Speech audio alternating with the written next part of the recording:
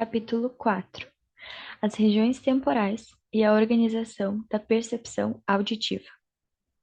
Examinamos a organização funcional das regiões occipitais do cérebro e o seu papel na formação da percepção visual. Examinaremos agora, da mesma maneira, a organização funcional das regiões temporais e o seu papel na análise e na síntese auditivas. Como já mencionei, a organização funcional de cada zona do cérebro modalmente específica, visual, auditiva, táctil, preserva certas características comuns, e a despeito de diferenças associadas a cada modalidade particular, é construída de acordo com o mesmo princípio. Consideremos agora mais de perto a organização funcional do córtex temporal auditivo. Zonas primárias do córtex temporal e as funções elementares de audição. O córtex auditivo ocupa as porções laterais, convexas, da região temporal do cérebro. E, da mesma forma que no caso da região visual occipital, divide-se em zonas auditivas primárias, de projeção e secundárias. As primárias são de projeção. A via auditiva, que veicula impulsos acústicos, nasce no órgão de Corti, na cóclea do ouvido interno. Partes individuais desse órgão, evidentemente, ressoam em resposta a ondas sonoras de diferentes frequências, e as fibras nervosas que transmitem esses impulsos retêm o seu caráter organizado, somatotópico. Elas correm na via auditiva, decussam parcialmente no lemínsculo lateral, sofrem uma interrupção sináptica no corpo geniculado medial e terminam nas zonas primárias, zonas de projeção, do córtex auditivo, no giro transverso de Reschel. Uma característica comum à organização dessas zonas de projeção do sistema auditivo e a das zonas correspondentes do córtex visual é a estrutura somatotópica, segundo a qual, no caso do sistema auditivo, fibras que conduzem excitação produzida por tons agudos terminam nas porções mediais, e as que vinculam excitação provocada por tons graves os fazem na projeção lateral, nas porções laterais. A organização das zonas de projeção do córtex auditivo difere da do córtex occipital, visual, no sentido de que não há representação completa de cada ouvido, ou de algumas das fibras auditivas em um hemisfério, o contralateral. As vias de cada órgão de Corte estão representadas em ambas as zonas de projeção do córtex auditivo. Há tão somente um predomínio da representação do hemisfério contralateral. Por essa razão, casos de surdez central completa, que podem ocorrer apenas em função de lesões de ambos os giros de Reschel, são muito raros. Lesões unilaterais do giro de Reschel são compensadas tão eficazmente pelo giro homólogo, intacto, do outro hemisfério, que muito tempo se passou sem que sintomas precisos para o diagnóstico dessas lesões unilaterais do córtex auditivo primário pudessem ser descritos na clínica.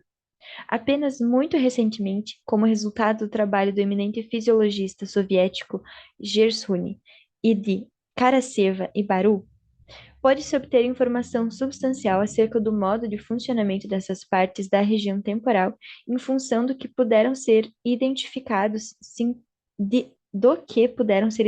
sintomas dignos de confiança para o diagnóstico de suas lesões. Nesses experimentos, tons de 1000 Hz e de diferentes durações, 1, 2, 4, 45, 120 e 1200 milissegundos, foram apresentados ao indivíduo, e os limiares de discriminação foram medidos. Para isso, os sons foram apresentados inicialmente com intensidades de 1, 5, 10, 15, etc., 45 e 50 decibéis até as proximidades do limiar, quando então as intensidades eram variadas de 1 decibel de cada vez. Os limiares de discriminação tonal foram registrados monoauralmente, para cada ouvido separadamente. Essas investigações mostraram que o córtex de projeção temporal não apenas transmite excitação acústica ao córtex, mas também prolonga e estabiliza a sua ação, tornando-a de caráter mais constante e suscetível de controle. Eis porque, embora as lesões unilaterais das zonas auditivas primárias do córtex e de zonas adjacentes não tivessem produzido perda total de audição e não tivessem reduzido a acuidade da percepção auditiva de sons comuns, sinais de um distúrbio da sensibilidade da percepção auditiva, ou, em outras palavras, um aumento do limiar de sensação auditiva, foram observados quando sons ultracurtos, com uma duração de apenas 1 a 5 milissegundos, foram apresentados ao indivíduo. Quando testados nessas condições, pacientes com uma lesão unilateral das zonas temporais superiores mostraram um nítido aumento de limiar da sensação auditiva no ouvido contralateral, e esse foi, às vezes, virtualmente o único sintoma no qual se podia basear um diagnóstico tópico da lesão. Este é um fato da maior importância e permanece sendo, para todos os fins, o único de que dispomos para a caracterização da função das zonas primárias do córtex auditivo. Tem uma figura com a legenda Alterações no limiar da percepção auditiva de tons que diferem em duração. O gráfico A de um indivíduo normal e o gráfico B é de um paciente com lesão unilateral nas zonas temporais superiores. Então, o primeiro gráfico de um indivíduo normal, ele demonstra que com o decréscimo dos decibéis e o aumento da duração do sinal em milissegundos, o gráfico ele vai diminuindo, vai decaindo. E em relação ao ouvido ipsilateral, ele inicia menor, e do ouvido contralateral, ele inicia maior em relação ao número de decibéis, até chegar na duração do sinal de 1.200 milissegundos, em que o valor decibéis é igual a zero. E o gráfico do indivíduo com lesão unilateral das zonas temporais superiores, os limiares de decibéis do ouvido o ipsilateral e do ouvido contralateral se iniciam no mesmo ponto e seguem uma linha mais ou menos igual até o limiar de decibéis igual a zero, em que a duração do sinal é 1.200 milissegundos.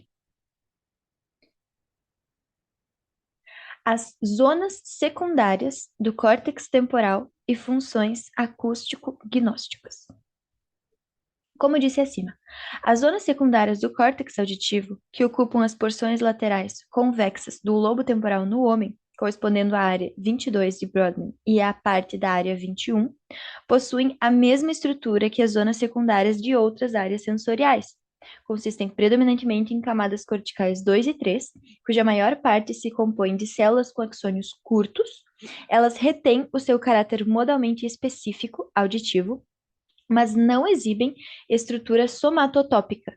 A excitação nelas evocada se espraia por áreas muito mais extensas do que a excitação de pontos individuais do córtex primário. Finalmente, a estimulação elétrica dessas zonas no paciente sobre a mesa cirúrgica evoca sensações auditivas muito mais localizadas, sons musicais, vozes e assim por diante. Estamos, assim, em posição de compreender os fatos obtidos pela observação das alterações que surgem em processos auditivos em pacientes com lesões locais das zonas auditivas secundárias. Os experimentos de Pavlov mostraram originalmente que uma lesão do córtex temporal em um animal não causa perda da audição, mas perturba a capacidade do animal para formar reflexos diferenciais e estímulos acústicos combinados. Resultados semelhantes foram obtidos mais recentemente por pesquisadores americanos, que mostraram que, após a extirpação do córtex temporal, o animal ainda pode distinguir sons simples, mas não consegue diferenciar entre combinações de sons. No homem, com as caracteristicamente bem desenvolvidas zonas secundárias de seu córtex auditivo, esses fenômenos naturalmente se manifestaram com muito maior clareza, e investigações revelaram que em pacientes com lesões muito pequenas das zonas secundárias da região temporal esquerda, a capacidade para distinguir sons simples estava intacta, e a diferenciação de sons simples estava apenas ligeiramente prejudicada. Mas a diferenciação de combinações de sons era virtualmente impossível. Figura 34. Figura legenda: distúrbio de diferenciação auditiva em pacientes com lesões da região temporal esquerda. O primeiro são gráficos. O primeiro gráfico é a diferenciação de um grupo com seus membros médios transpostos.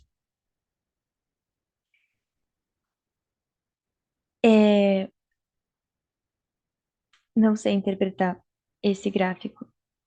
Existem três categorias: análise auditiva sem informação de diferenciação e análise visual.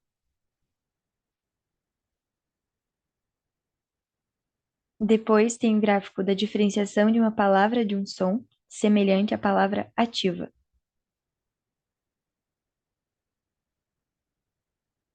Na diferenciação de um grupo com seus membros médios transpostos, a análise auditiva ela é maior.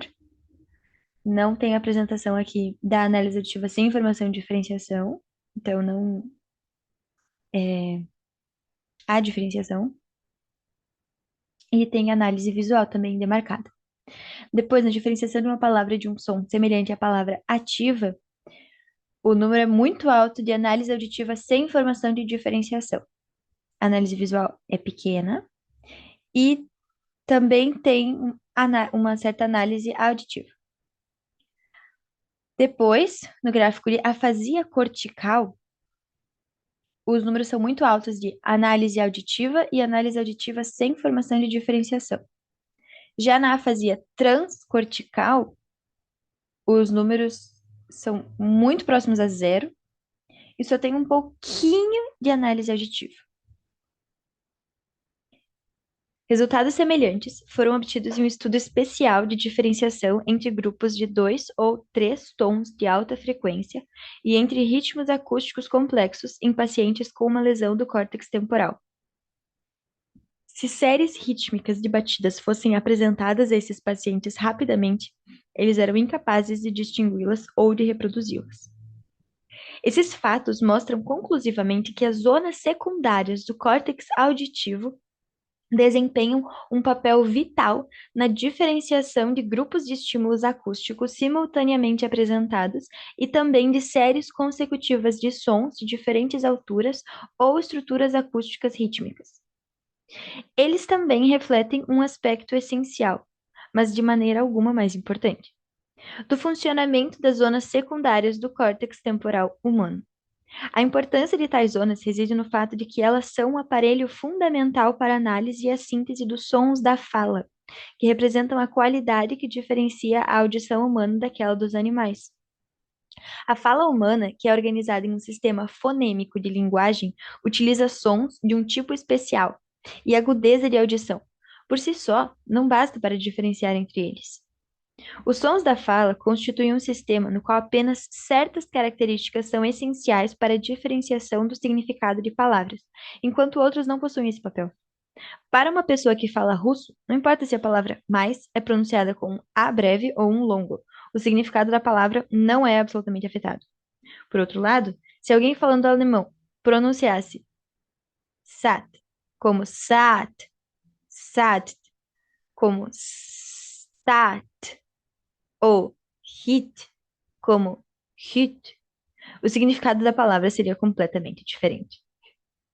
O mesmo é válido a respeito de certas consoantes que diferem em suas características fricativas.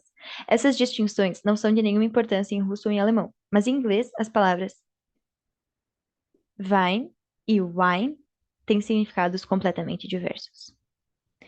Os sistemas fonêmicos de diferentes línguas diferem muito consideravelmente, e aspectos encontrados em algumas línguas não existem em outras.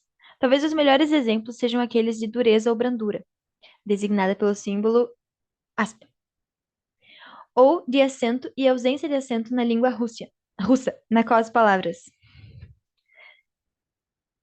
fil e fil e bil e fil, bem como as palavras bil e bil ou zamok e zamok, têm significados bastante diferentes, enquanto que tais diferenças entre sons são desprovidas de significado e, consequentemente, não são encontradas em línguas europeias ocidentais. Por outro lado, características tais como o grau de abertura da vocal, que altera o significado de palavras na língua francesa, na qual as palavras le e le correspondem a sons diferentes e, consequentemente, possuem significados diversos. Não seriam notadas por um russo, em cuja língua esses sons não seriam diferenciados. Essas diferenças são ainda mais claras em certas línguas caucasianas, o georgiano, por exemplo, nas quais elementos de aspiração imperceptíveis em línguas indo-europeias alteram o significado de palavras. Por exemplo, as palavras cari, que é porta, e cari, vento, e puri, pão, e puri, búfalo, fêmea, são pronunciadas de forma bastante diferente. As características fonéticas das línguas ditas tonais, que são completamente estranhas a línguas ocidentais, não são igualmente dignas de nota. Em chinês, por exemplo, as palavras comprar e vender soam para nós exatamente da mesma forma, como também ocorre com as palavras vietnamitas. Tá, eu. Tá, uma dúvida. Tá, ser malvado. Tá, descrever e tá, 100 quilos. Ou, um fantasma? Má, eu disse a você. Má, mãe. Má, sepultura. Má, aparência externa. E má, mudas de arroz. Todos esses fatos mostram que os sons da fala ou fonema são organizados em uma sequência particular que depende do sistema fonêmico da língua, em que, a fim de diferenciar esses sons da fala, é necessário codificá-los de acordo com esse sistema, selecionar os aspectos úteis, fonêmicos ou diferenciadores de significado e separá-los dos aspectos não importantes que não desempenham papel algum na diferenciação dos significados das palavras e que são conhecidos como variantes. Relatos detalhados dos principais sistemas fonêmicos de linguagem, utilizando sistemas de oposições, tais como BIP, D e T, foram fornecidos por linguistas eminentes, como Trubetskoy e Jacobson. E essas descrições agora constituem a base essencial para a compreensão das leis que governam a percepção dos sons da fala humana. Um fato essencial é que as zonas secundárias do córtex temporal e, por causa da lei de lateralização progressiva do córtex temporal do hemisfério dominante, esquerdo, são especialmente adaptadas para a análise e a síntese dos sons da fala, ou em outras palavras, para a audição da fala qualificada. O trabalho de neuroanatomistas revelou que as zonas secundárias do córtex temporal são ligadas por numerosas conexões em formas de U, à região inferior das áreas pré-central e pré-motora, ou, em outras palavras, a todos os sistemas cerebrais envolvidos na produção de fala articulada. Figura 35. Legenda: conexões de zonas secundárias da região temporal com zonas pós-centrais e pré-motoras. Mapa sináptico de conexões de feixes individuais de fibras que entram no fascículo longitudinal superior arqueado. Números idênticos sobre a superfície de áreas cerebrais correspondentes denotam conexões de cada feixe de fibras com o córtex. A figura A representa as conexões entre o lobo temporal e o giro frontal inferior, e a B, as conexões entre o lobo temporal e o giro pré-central. Desenho do cérebro com numerações e letras. Não sei interpretar. Elas, assim, podem participar do sistema para a organização cerebral da fala. Em particular, pode distinguir aqueles sinais fonêmicos sobre os quais os sons são construídos. Não é, por isso, surpreendente que em lesões locais das zonas secundárias do lobo temporal esquerdo no homem se perca a capacidade de diferenciar claramente entre os sons da fala, e que o paciente desenvolva um fenômeno descrito pelo termo agnosia acústica, ou, com base nos distúrbios da fala, pelo termo mais largamente conhecido de afasia sensorial. Pacientes com esses distúrbios ainda retêm a sua agudeza de audição, e como evidenciaram investigações especiais, não exibem nenhuma perda parcial de tons em qualquer parte da escala. A percepção de sons associados a objetos, o tinido de prato, o ruído de um copo, também permanece intacta. Distúrbios importantes surgem apenas quando tais pacientes têm que diferenciar entre os sons da fala.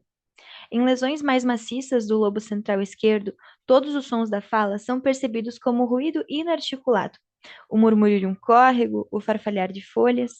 Em lesões mais localizadas, esse defeito assume forma menos pronunciadas e os pacientes são incapazes somente de diferenciar entre fonemas opositivos e correlativos, que difiram em apenas um aspecto, por exemplo, ressonância, mas conseguem ainda detectar claramente a qualidade de timbre e entonação da fala.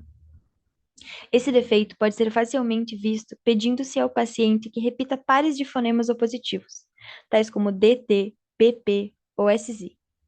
Os pacientes desse grupo exibem considerável dificuldade de fazer isso, e repetem bapá como papá ou babá. E embora estejam cientes de algumas diferenças, são incapazes de compreender a situação. Esses distúrbios são encontrados somente em lesões das zonas secundárias da região temporal e das zonas adjacentes, e não são encontrados em nenhuma outra situação. Fornecem, assim, uma base confiável para o diagnóstico tópico de lesões locais nas zonas correspondentes. Há uma outra figura, legenda, distúrbio de audição fonêmica em lesões da região temporal esquerda, esquema baseado na investigação de 800 casos. Então, aqui ele demonstra a imagem do cérebro, correlacionando cada região com uma área de um gráfico.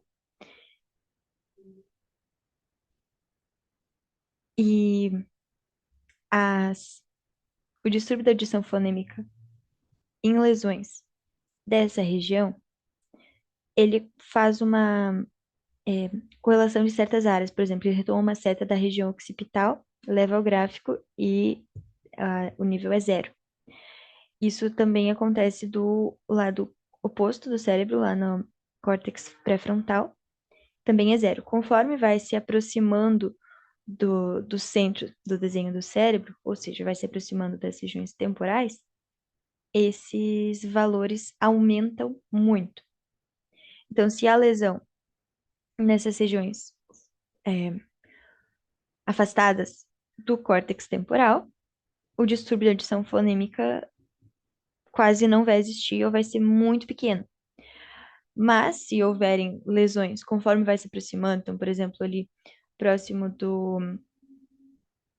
da fronteira entre o lobo temporal e o lobo occipital, se houver uma lesão ali, vai se representar um distúrbio de audição no nível de 37%. 37 a 0%. Ele faz uma faixa. Mas essa é a questão. E quando se chega na lesão na região temporal, ali esquerda, no caso, que seria a dominante, nessa região específica, que seria bem próximo do que seria a área terciária, mas ainda na área secundária, o distúrbio pula para 94 a 7%. Então, não é extremamente garantido, porque não é algo localizacionista, mas tem fortes contribuições disso.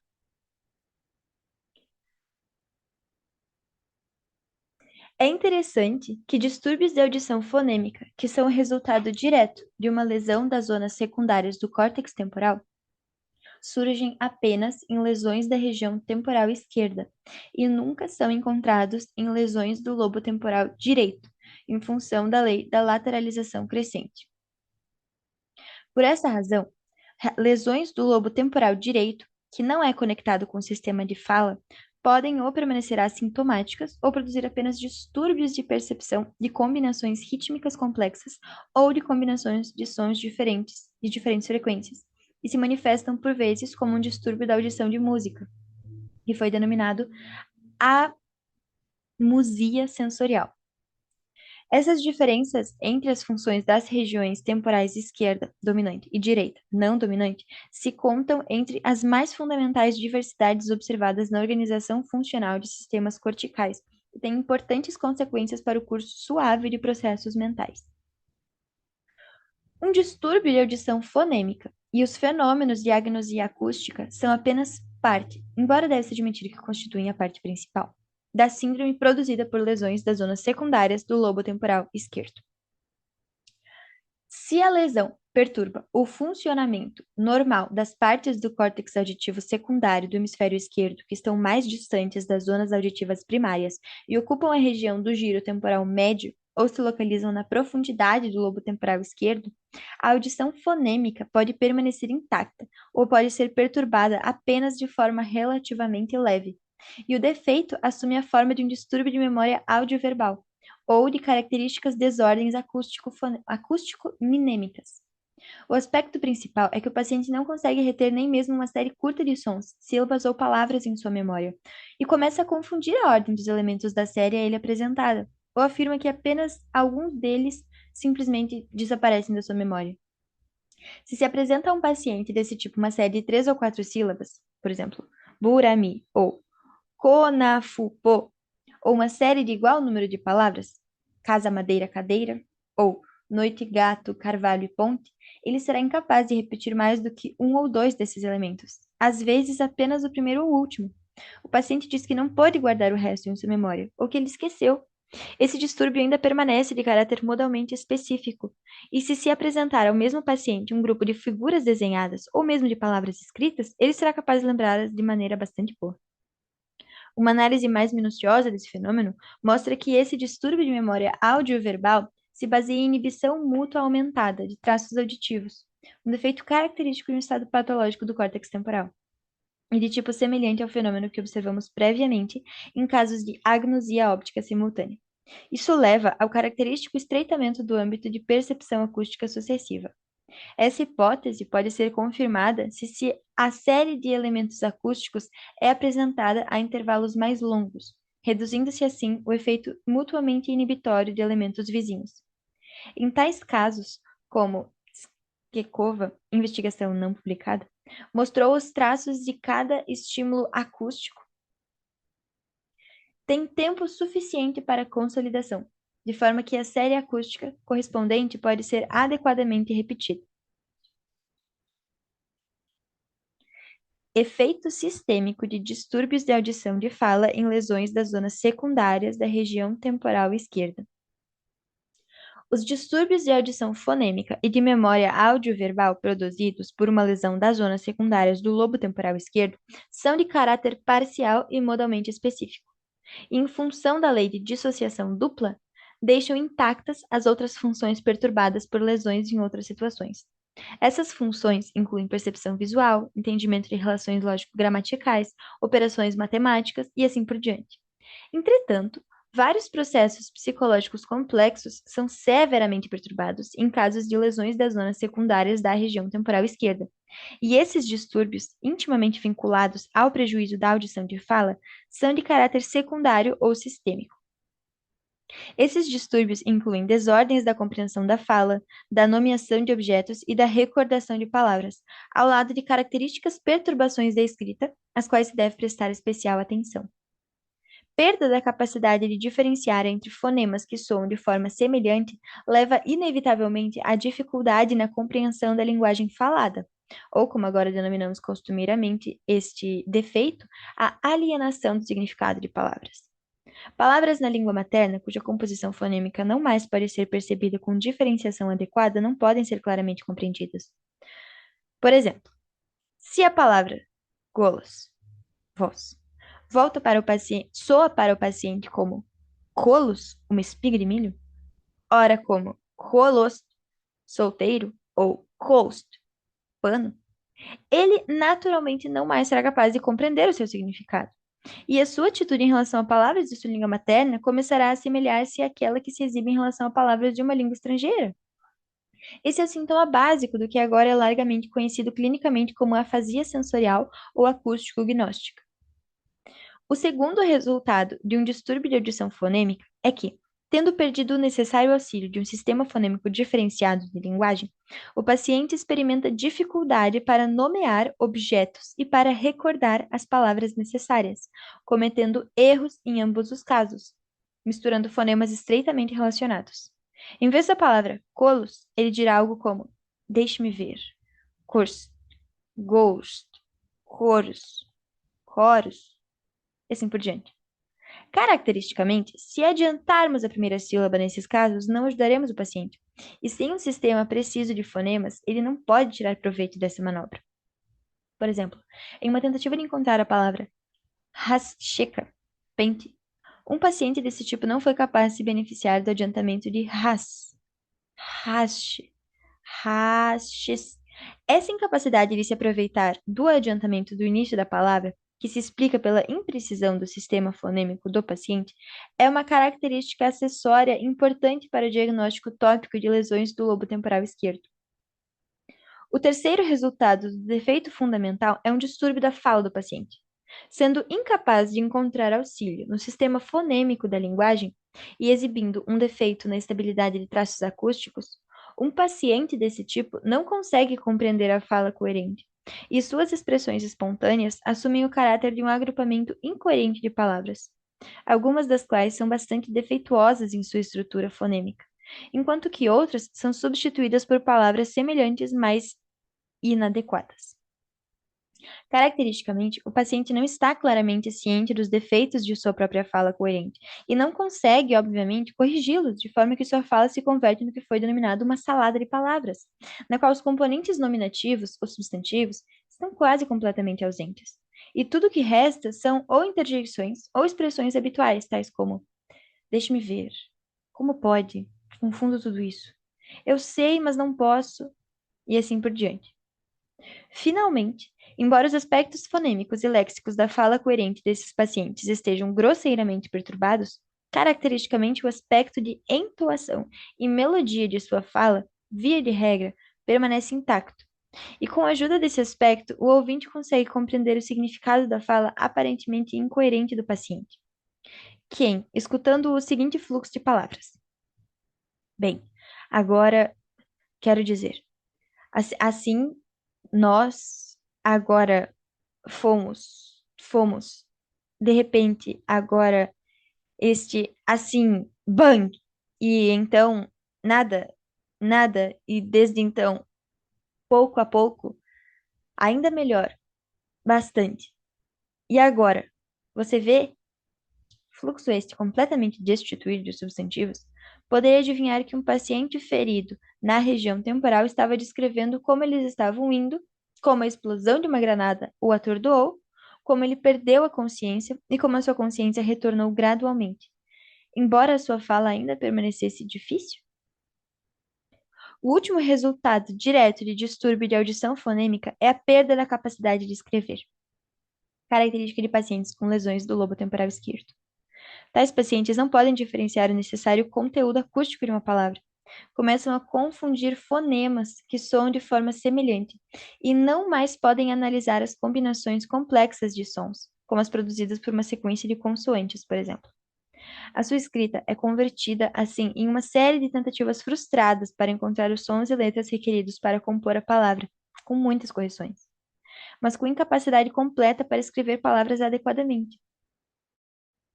Um exemplo das dificuldades em escrita ativa ou em escrita a partir de um ditado é mostrado na figura 37, e contrasta fortemente com a capacidade do paciente para copiar palavras a ele apresentadas por escrito. Essa figura demonstra a escrita à mão de pacientes com lesões do lobo frontal esquerdo. Então, a escrita a partir de um ditado, se ditam as palavras, e a paciente consegue escrevê-las. Esse é o primeiro caso, paciente na 7ª série do primeiro ciclo. Depois, são outros pacientes. Esse segundo paciente também da 7ª série do primeiro ciclo. Depois, um paciente da 2ª série do segundo ciclo. E a gente consegue perceber a dificuldade da, acredito que crescente, da escrita das palavras, sendo que o paciente da 2ª série do segundo ciclo, que seria o último paciente demonstrado, comete vários erros na tentativa de escrever as palavras.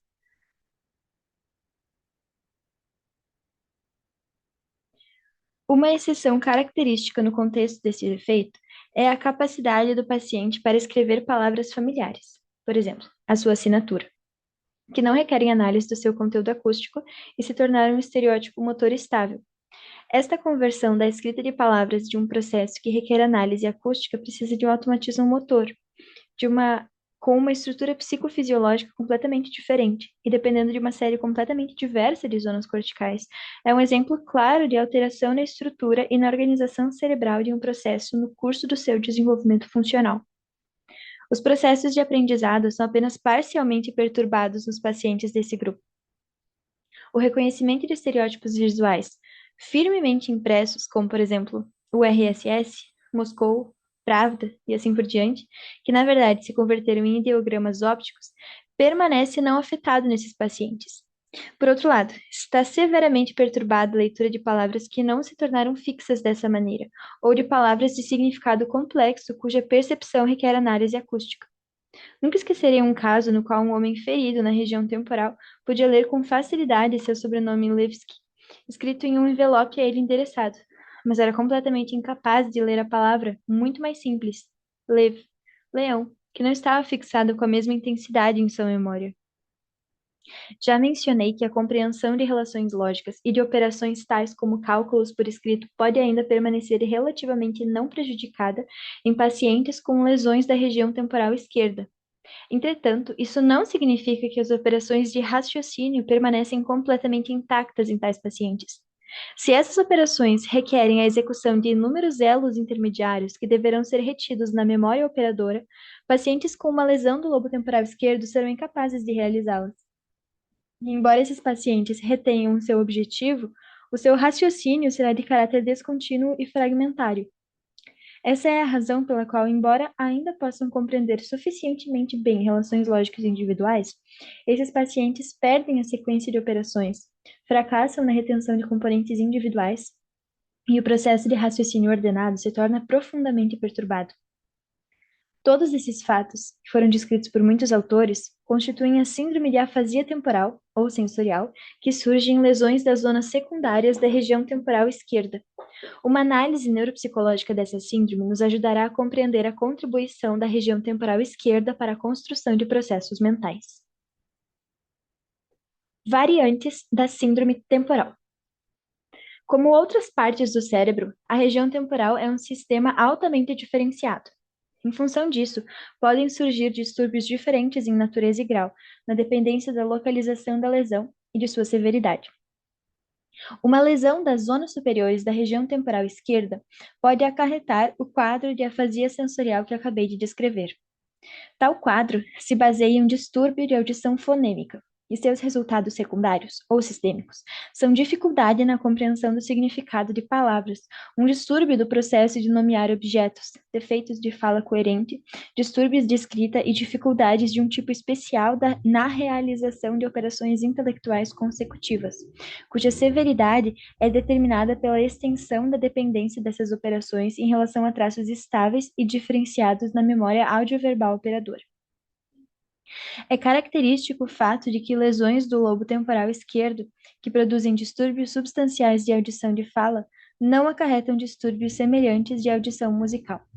Isso se reflete tanto na integridade dos componentes entoativo-melódicos da fala de pacientes com afasia sensorial, como na integridade de seu canto, em pronunciado contraste com sua audição fonêmica perturbada. Em casos individuais, um distúrbio severo de audição de fala acarretado por uma lesão de sistemas da região temporal esquerda em um compositor deixou a tal ponto intacta a audição musical que, embora sofrendo de severa afasia sensorial, o paciente ainda conseguia escrever intrincadas composições musicais. Distúrbios acarretados por lesões das zonas médias da região temporal esquerda ou por lesões situadas nas profundidades do lobo temporal esquerdo e que causam destruição do córtex auditivo apenas secundariamente são diferenciados por características essencialmente diversas. Observações prolongadas mostraram que tais lesões não levam não a tanto a um distúrbio de audição fonêmica e de análise auditiva, como a um distúrbio pronunciado de memória audioverbal, assumindo a forma de afasia acústico-minêmica. Esses distúrbios não se refletem significativamente na análise do conteúdo acústico de palavras, não produzem nenhum grau acentuado de alienação de significado de palavras e, em alguns casos, não resultam em desordens apreciáveis da escrita. Surgem, no entanto, distúrbios claros da retenção de série de palavras, às vezes discerníveis em testes nos quais o indivíduo tem que recordar uma série ou de 2 ou 3 elementos. Em tais casos, via de regra, o paciente reterá facilmente uma palavra ou até mesmo uma frase curta, e será capaz de reproduzi-la ao cabo de um intervalo de 1 a 2 minutos. Entretanto, a retenção até mesmo de uma série curta de palavras apresentadas em voz alta apresenta considerável dificuldade, e o paciente consegue reproduzir somente a primeira palavra, afirmando que as outras são muito rapidamente esquecidas, ou somente a última, caso em que os primeiros elementos da série apresentada são aparentemente esquecidos. Observações especiais revelaram que, às vezes, o indivíduo reproduz inicialmente a última palavra da série e apenas subsequentemente reproduz a palavra precedente. Esse fenômeno pode, talvez, ser explicado por uma tendência de serem os traços mais recentes reproduzidos em primeiro lugar, o fator de recentidade descrito por inúmeros autores. E, de regra, essa tendência não é exibida quando se pede ao paciente para reproduzir uma série apresentada por escrito, ou mesmo quando se lhe pede que transcreva uma série auditiva em termos visuais mediante a escrita de uma série apresentada por escrito, ou mesmo quando se lhe pede que transcreva uma série auditiva em termos visuais mediante a escrita de uma série a ele apresentada em voz alta. Caracteristicamente, defeitos como este são também observados em testes que envolvem a reprodução de frases e histórias longas, situação em que a última parte é omitida, embora o significado geral seja usualmente preservado. Investigações especiais mostraram que, em todos esses casos, o defeito não é tanto a instabilidade intrínseca de traços audioverbais, mas antes uma patologicamente aumentada suscetibilidade à inibição dos traços audioverbais. Isso surge tanto que durante a ação mútua dos componentes de uma série audioverbal, como sob a influência de fatores irrelevantes e interferentes, mas não afeta a integridade de traços mnemônicos de outras modalidades. Permanece como um aspecto característico o fato de que, como descrito acima, quando se apresenta uma série audioverbal com intervalos mais longos entre os seus elementos, essa inibição mútua entre os elementos pode ser reduzida, e a integridade de uma série audioverbal estampada na memória pouco a pouco, ou sob condições que favoreçam a consolidação incrementada de traços individuais, aumentada. A síndrome de afasia acústico-minêmica naturalmente leva a acentuados distúrbios de operações intelectuais discursivas, com base no defeito de memória operadora já descrito. Nenhuma discussão especial será feita aqui a respeito da análise dessas formas de distúrbio de memória e de operações intelectuais em pacientes com lesões das zonas médias da região temporal e com afasia acústico-minêmica. Os distúrbios que surgem em lesões das zonas posteriores da região temporal esquerda, ao nível de seu limite com a região occipital, são de particular interesse. O sintoma fundamental dessas lesões é um distúrbio tanto da função nominativa da fala, a nomeação de objetos, como da capacidade de evocar imagens visuais em resposta a uma dada palavra. Isso se manifesta não apenas por grande dificuldade para encontrar o significado de uma dada palavra, que desta vez se baseia não tanto em um distúrbio de audição fonêmica, como em uma perturbação do elo também entre com a perturbação do elo entre as zonas corticais dos analisadores auditivos visuais, como também por uma grosseira incapacidade para desempenhar uma figura de um objeto nomeado, embora o paciente seja ainda perfeitamente capaz de copiar o referido objeto. Então, nesse texto já passaram duas figuras que agora eu vou tentar explicar. Uma figura com a seguinte legenda: diferenças na recordação de séries de palavras e números apresentadas às esferas auditiva e visual de pacientes com afasia acústico-minêmica. Então, tem 6 gráficos em que são ditas aos pacientes séries de 5 elementos e séries de 13 elementos.